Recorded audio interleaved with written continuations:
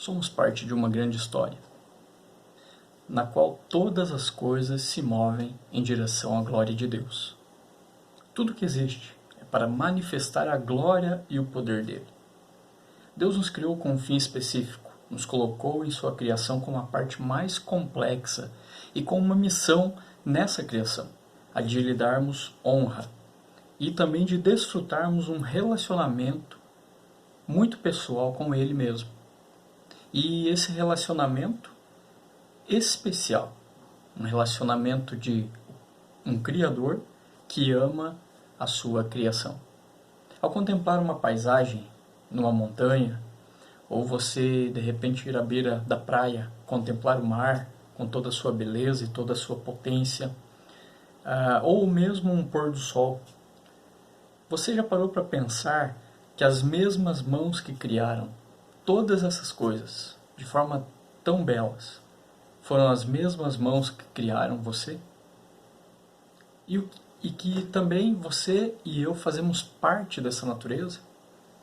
Quando nós nos deparamos com toda a beleza mesmo da natureza, não é difícil nós não pensarmos essas coisas, tirarmos essas conclusões,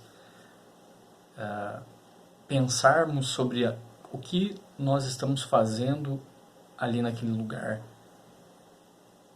por que fazemos parte dessa natureza. Eu queria ler com você o texto de Gênesis, capítulo 1,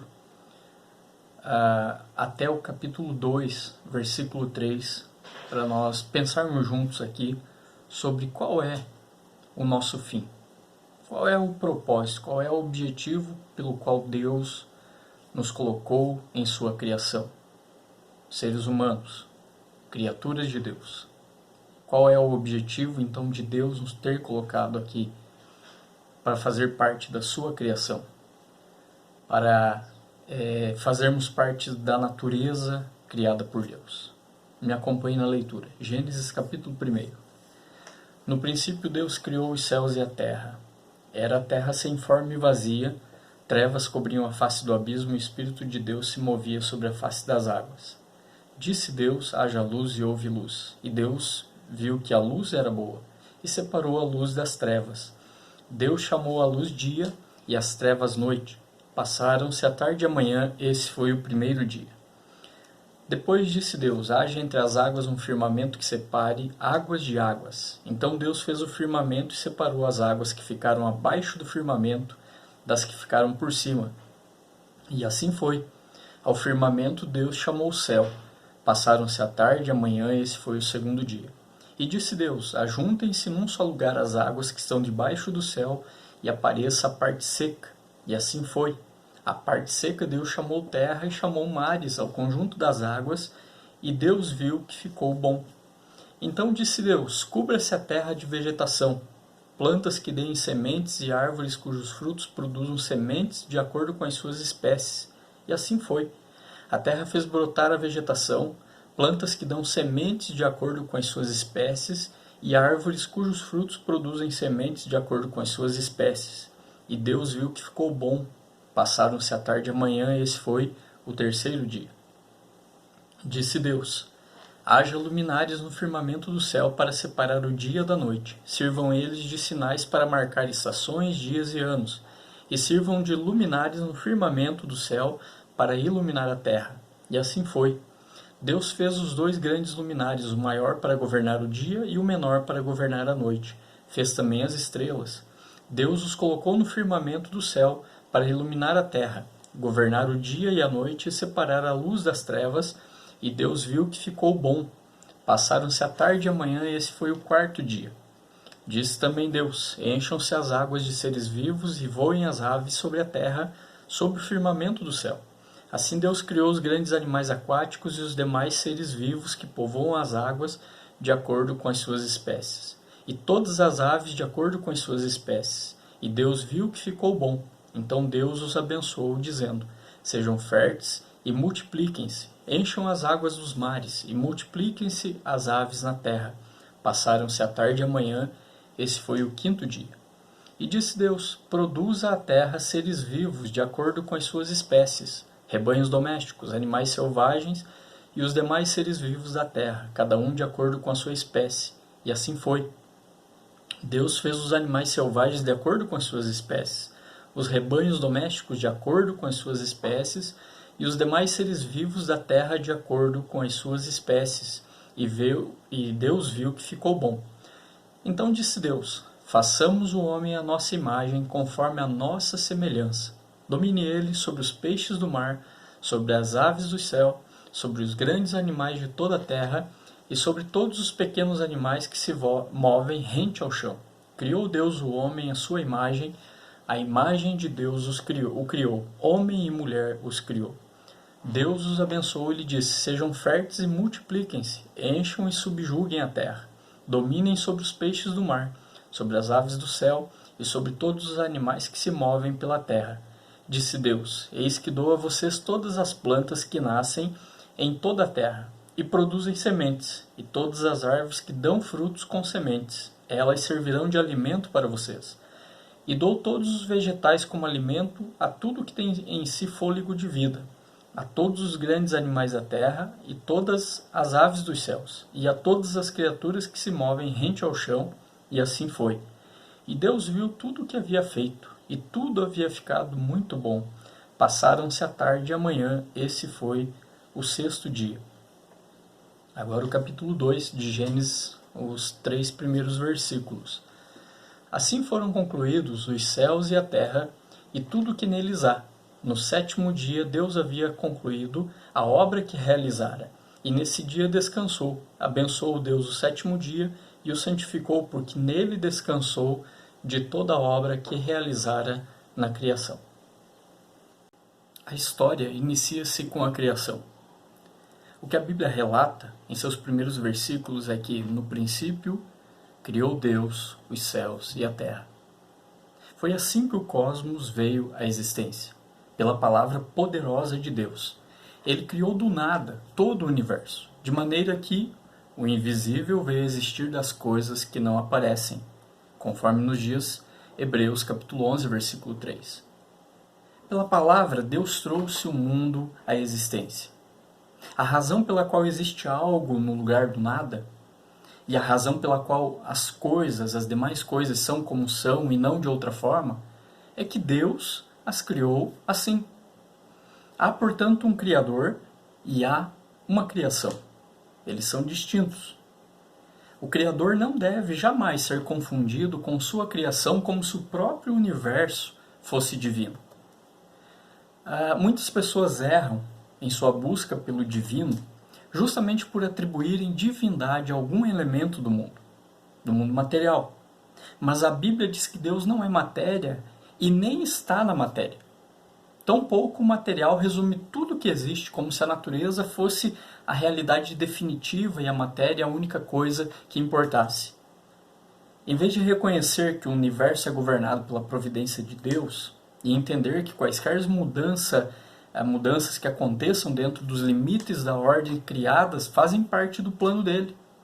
O materialismo, a cosmovisão materialista, deixa tudo à mercê do acaso. Segundo essa cosmovisão, o materialismo, as causas naturais por si mesmas são suficientes para explicar tudo o que existe. Um expoente famoso da cosmovisão naturalista materialista é o ateu e biólogo Richard Dawkins. Você talvez já deva ter ouvido falar nesse nome, talvez tenha até lido alguma coisa dele.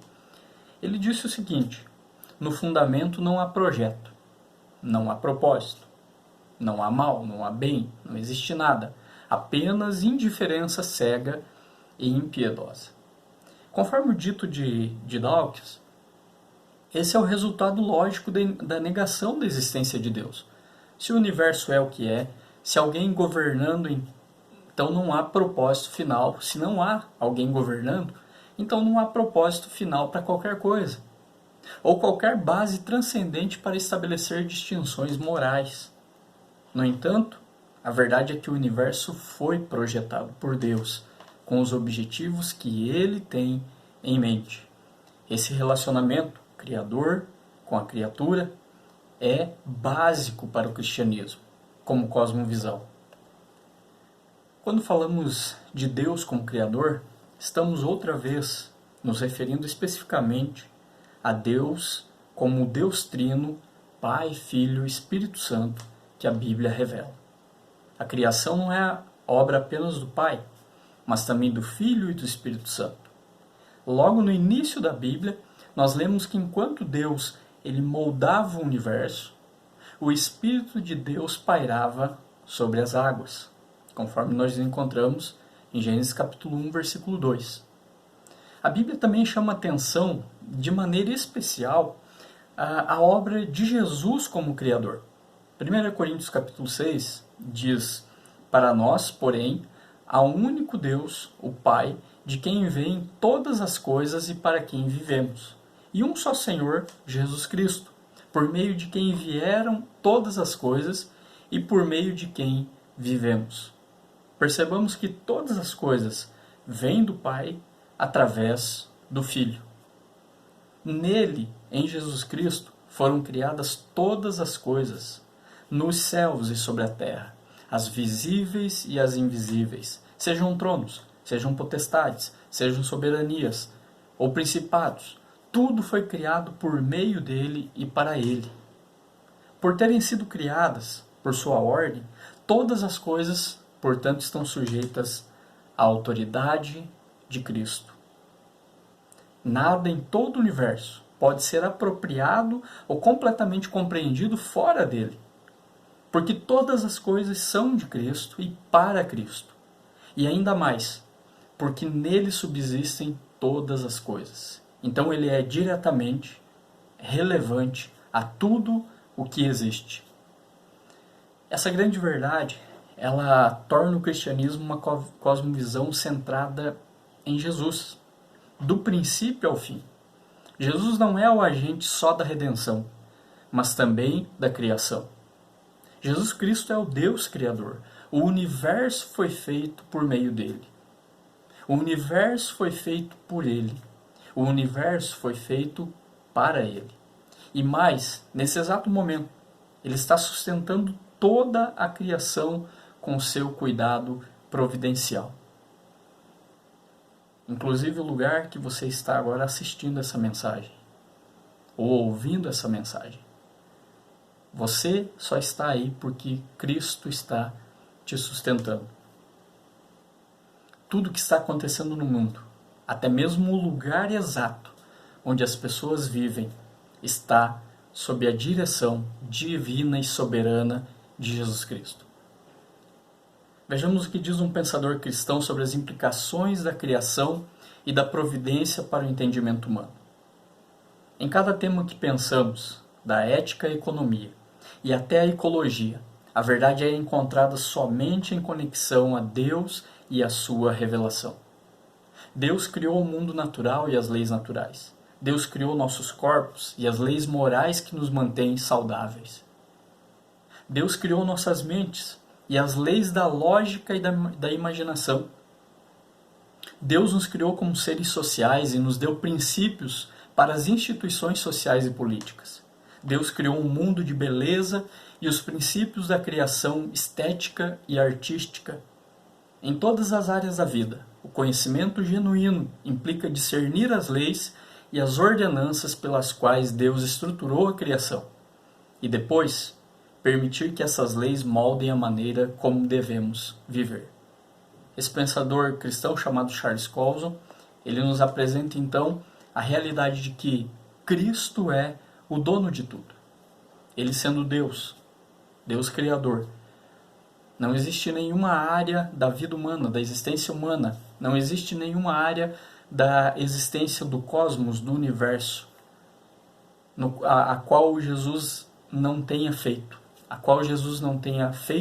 e está no controle de tudo, né, dessas áreas, né? Então a criação e a providência, elas fazem parte da obra de Deus, na pessoa de Jesus, na criação. A criação e a providência de Deus também têm implicações pessoais. Em outras palavras, nós devemos a nossa existência contínua a Jesus Cristo como Filho de Deus. O reformador João Calvino, um teólogo, que foi um dos pastores que deram início à reforma protestante, ele encontrou na verdade sobre esse ensinamento bíblico da providência de Deus sobre a sua criação, e ele trouxe essa reflexão sobre a providência de Deus na criação para uma questão muito importante na vida de todo aquele que tem um relacionamento com Deus, a sua vida de oração. Porque é através da oração que nós, como dizem alguns, Deus fala conosco por meio da Bíblia, e através da oração nós também falamos com Deus. E Calvino, refletindo sobre a providência de Deus, sobre a criação, ele encontrou um motivo para nós adorarmos a Deus, e esse motivo fundamentar as nossas orações. Ele disse o seguinte: não pode haver o menor fragmento de sabedoria, clareza, justiça, poder, retidão ou verdade sincera que não proceda de Jesus, e não o reivindique como seu autor. Devemos, portanto, aprender a esperar de Jesus e suplicar junto a Ele todas essas coisas e reconhecer gratos o que Ele nos dá.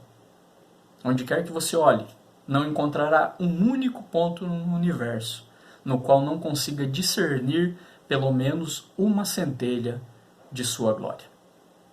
A origem do universo, onde ele se encontra hoje e o seu futuro, estão vitalmente conectados à pessoa e à obra de Jesus Cristo. Como disse João Calvino, você pode olhar para qualquer ponto do universo, para qualquer ponto da criação, e se você fizer uma observação mais acurada, uma observação de fato com o objetivo de refletir sobre a criação e o seu Criador, não existe um único ponto no universo, como ele disse, no qual você não consiga discernir pelo menos uma centelha da glória de Deus.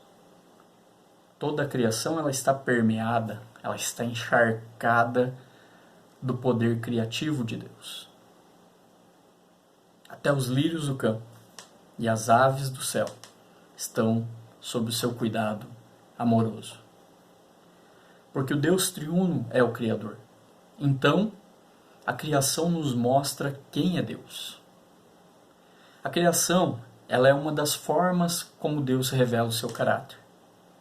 Pois conforme nos diz o apóstolo Paulo em Romanos, capítulo 1, versículos 19 a 20, o que de Deus se pode conhecer é manifesto entre eles, porque Deus lhes manifestou. Os atributos invisíveis de Deus, assim o seu eterno poder, como também a sua própria divindade, claramente se reconhecem desde o princípio do mundo, sendo percebidos por meio das coisas que foram criadas. O apóstolo Paulo nos afirma aqui na carta de Romanos que Deus, por meio da criação, que a Bíblia nos revela no capítulo 1 de Gênesis e capítulo 2, Deus ele pode ser percebido por meio das coisas criadas. Deus pode ser conhecido por meio das coisas criadas. Meu questionamento no início da nossa reflexão foi: o que você pensa quando você está olhando a paisagem, a natureza a partir de uma montanha? O que você sente quando você olha na beira do mar, o mar e toda a sua potencialidade, toda a sua beleza? Quando você observa um pôr do sol, o que você pensa? Conforme o apóstolo Paulo nos diz, em Romanos, ele está falando que por meio dessas coisas que a gente observa, da criação, Deus está revelando o seu caráter, como um Deus poderoso, soberano e criador que Ele é. E ao observarmos de forma então cautelosa a natureza, nós podemos sim reconhecer o trabalho cuidadoso de Deus e, por meio dessa observação, extrairmos conclusões incontestáveis sobre os atributos dele. Veja o que disse Isaac Newton. Você conhece muito bem nas suas aulas aí de ciências, nas suas aulas de química, de física, você vai ouvir sobre esse cientista do passado. Isaac Newton disse: esse magnífico sistema de Sol, planetas e cometas, somente poderia originar-se a partir do conselho e domínio de um ser inteligente e poderoso. Essa palavra, essa frase, né, que Isaac Newton falou, é em reconhecimento aqui. Quando ele observa o universo, quando ele observa o Sol, as estrelas, e ele cita os cometas também, não há como dizer que essas coisas vieram do acaso ou aconteceram à mercê do acaso, mas é incontestável que nós cheguemos à conclusão de que existe um Criador. Ao mesmo tempo em que a natureza ensina, então, quem é Deus, a criação também nos ensina quem somos nós. Essa é uma das perguntas fundamentais que qualquer cosmovisão deve responder. Quem sou eu e por que estou aqui? Se a sua cosmovisão, a visão que você tem de mundo, não responde essas duas perguntas, é uma cosmovisão, como dizemos, furada. É uma cosmovisão que não te dá real fundamento para que você possa viver por ela ou existir por ela. E o cristianismo ainda acrescenta uma terceira pergunta e responde a essa pergunta: quem eu sou, por que eu estou aqui e para onde eu vou? Qual é o meu fim? Qual é o fim da minha existência? Para que propósito eu fui criado? O naturalismo evolucionista, distinto de uma cosmovisão deísta na qual qualquer mudança observada no mundo natural está sob direção soberana de Deus, o naturalismo ele afirma que nós somos mero produto do acaso, sem sentido. E, portanto, a nossa vida não tem qualquer propósito determinado ou um destino final. O escritor Christopher Mannes ele diz que, se aceitarmos as teorias de Charles Darwin, devemos encarar o fato de que a observação da natureza não revela um único vestígio de que a humanidade seja superior ou especial, ou até mesmo particularmente mais interessante do que, digamos, um simples vegetal. O que o escritor Christopher Mannes faz é uma crítica se quando nós aceitamos essas teorias naturalistas, chamaríamos até evolucionistas, como por exemplo do Charles Darwin, e levarmos essas teorias a sério, na verdade a gente não vale mais do que uma folha de alface. E não é isso que a Bíblia diz que nós somos, porque a Bíblia nos dá um sentido, um valor mais profundo. A Bíblia dá real valor para a existência do ser humano. Nós não passamos de uma mera folha de alface no universo. Segundo a cosmovisão naturalista, defendida por Darwin e por outros, e culturalmente dominante, infelizmente, né? Essas ideias naturalistas elas estão na mente, estão até na cabeça de muitas pessoas, quem sabe até na sua que está me ouvindo, né? E eu espero que você mude a sua cosmovisão e tenha uma cosmovisão a partir da Bíblia, ao pensarmos juntos aqui, ao refletirmos juntos aqui sobre qual é o nosso fim, por que nós fomos criados. E, portanto, o único propósito, segundo a cosmovisão naturalista, que temos é qualquer propósito que encontremos para nós mesmos. Ou seja, o fim principal da minha existência sou eu mesmo, conforme a cosmovisão naturalista. Tem um outro pensador que eu queria citar aqui, chamado Peter Atkins. Ele é químico da Universidade de Oxford e é um ateu. Ele demonstra claramente como pensa um naturalista, ou um naturalista materialista.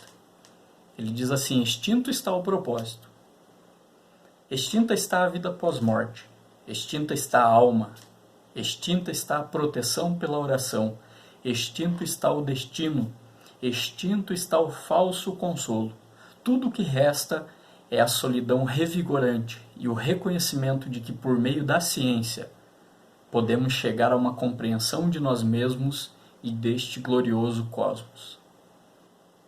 Em resumo, o que o Atkins falou é que eu vou encontrar o objetivo, eu vou encontrar a essência, eu vou encontrar quem eu sou como ser humano, como um ser existente, através unicamente da ciência, porque na cabeça de muitos a própria ciência se torna um ídolo, se torna um deus, como a desse homem aqui mesmo, a gente percebe.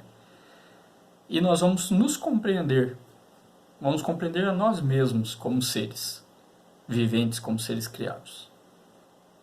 Mas o cristianismo ele reage a esse tipo de cosmovisão, afirmando que a nossa vida vem de Deus e depende dele.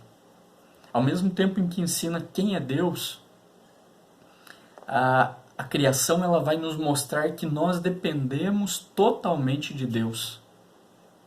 Pense uma coisa comigo aqui. Nós lemos toda a revelação em Gênesis 1, como Deus criou, como Deus foi criando as coisas, preparando a criação para receber o ser humano. Logo, quando eu penso que Deus ele preparou tudo isso para que ele colocasse o ser humano ali como a sua mais complexa e até então mais perfeita criação, Deus tinha um propósito para isso. Deus ele deu um propósito para o ser humano. E a partir do momento em que o ser humano então ele se compreende como criatura provinda de um Criador soberano e supremo,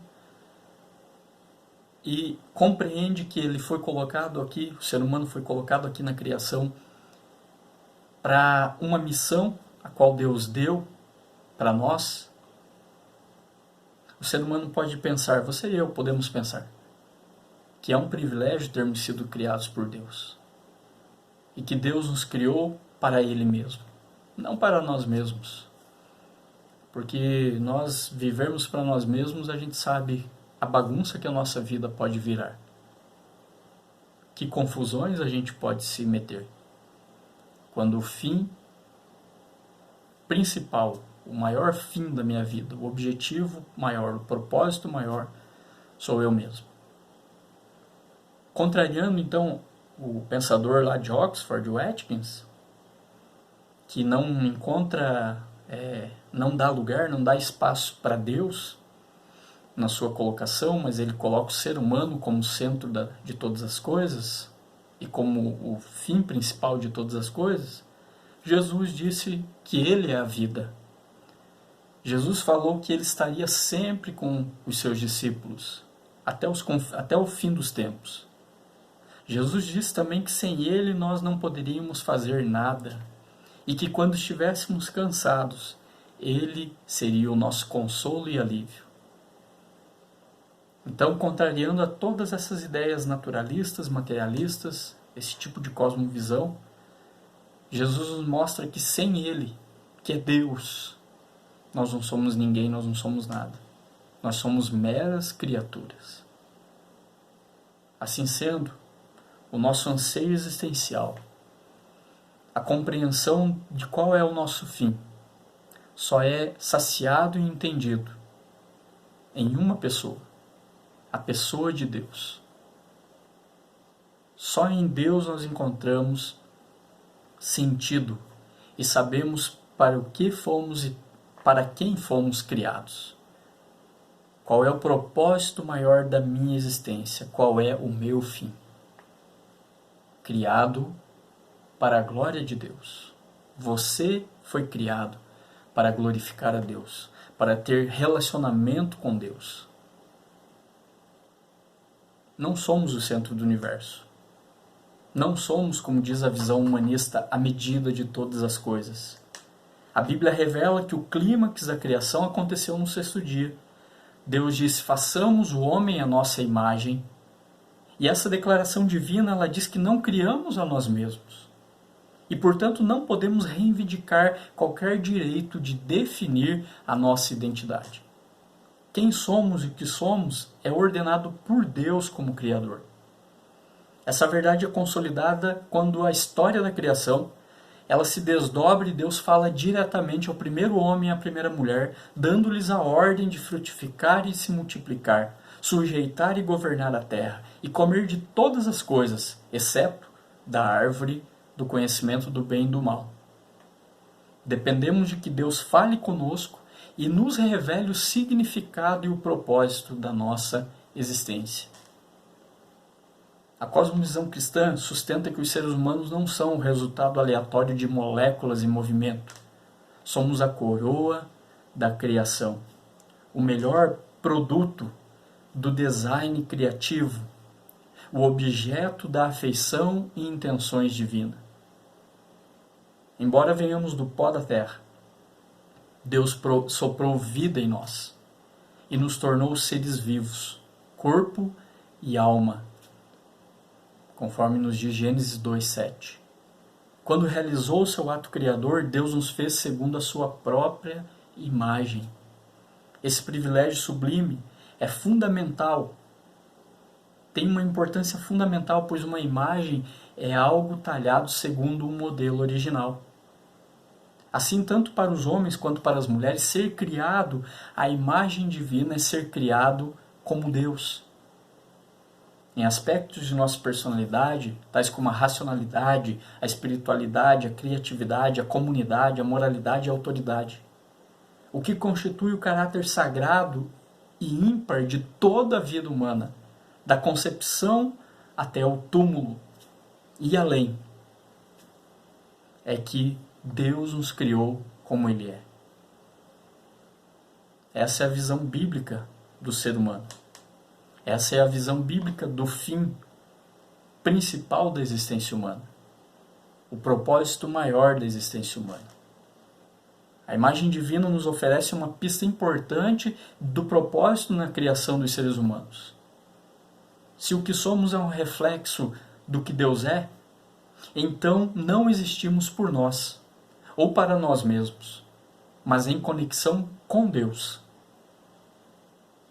Ele nos fez como a si mesmo, a fim de que possamos ouvi-lo, conhecê-lo, amá-lo, adorá-lo e servi-lo. Um importante documento da Igreja Reformada, chamado Breve Catecismo de Westminster, ele apresenta um resumo do nosso propósito em relação a Deus, quando ele afirma o seguinte: o fim principal da humanidade é glorificar a Deus e desfrutar dele eternamente. Fomos feitos para demonstrar a majestade trina de Deus e não temos propósito ou significado fora dele. Nossa suprema alegria e a nossa verdadeira razão é nos deleitarmos na beleza infinita de Deus. E por isso o salmista, lá no Salmo 115, versículo 1, ele diz, e ele nos ensina a dizer: não a nós, Senhor, não a nós, mas ao teu nome da glória. Qual é o fim principal da sua vida? Qual é a compreensão que você tem da sua existência? Qual o propósito maior para o qual você compreende ou não que você foi criado? O fim principal de todo ser humano é glorificar a Deus e ter prazer eterno na pessoa de Deus. Como parte da criação e na criação que você e eu somos, de que maneira nós temos enxergado que nós somos criados à semelhança de Deus? Qual é a minha cosmovisão sobre isso? A minha vida, a sua vida, tem honrado ou desonrado o nome de Deus nas nossas histórias? Eu e você temos buscado adorar verdadeiramente a Deus em todos os dias de nossa vida? Como filho ou filha de Deus, por meio de Jesus, como tem sido a minha influência e a sua influência na vida de outras pessoas e na criação? qual tem sido o fim da sua existência.